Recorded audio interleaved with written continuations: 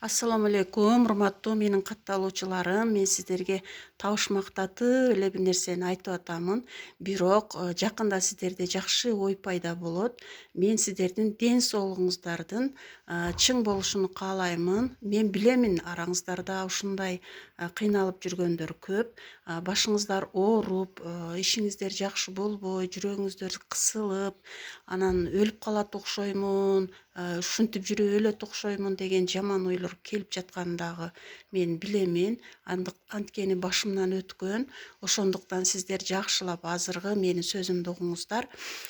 Эгерде жүрүп жүрүп эле денеңиздерде азаптуу оорулар пайда болуп аткан болсо, анан дары ичсеңиздер дагы жакшы болбой жаткан болсо, анда сиздерде кандайдыр душманыңыздар өлүм сыйкырына жасап койгон болушу мүмкүн. Ошондой кандайдыр белгилер бар болгон болсо, сиздерде биринчи кадамыңыздар, жакшы болушка кадамыңыздар биринчи Кудайдан: Аллахым, менин кылган күнөөлөрүмдү кечир.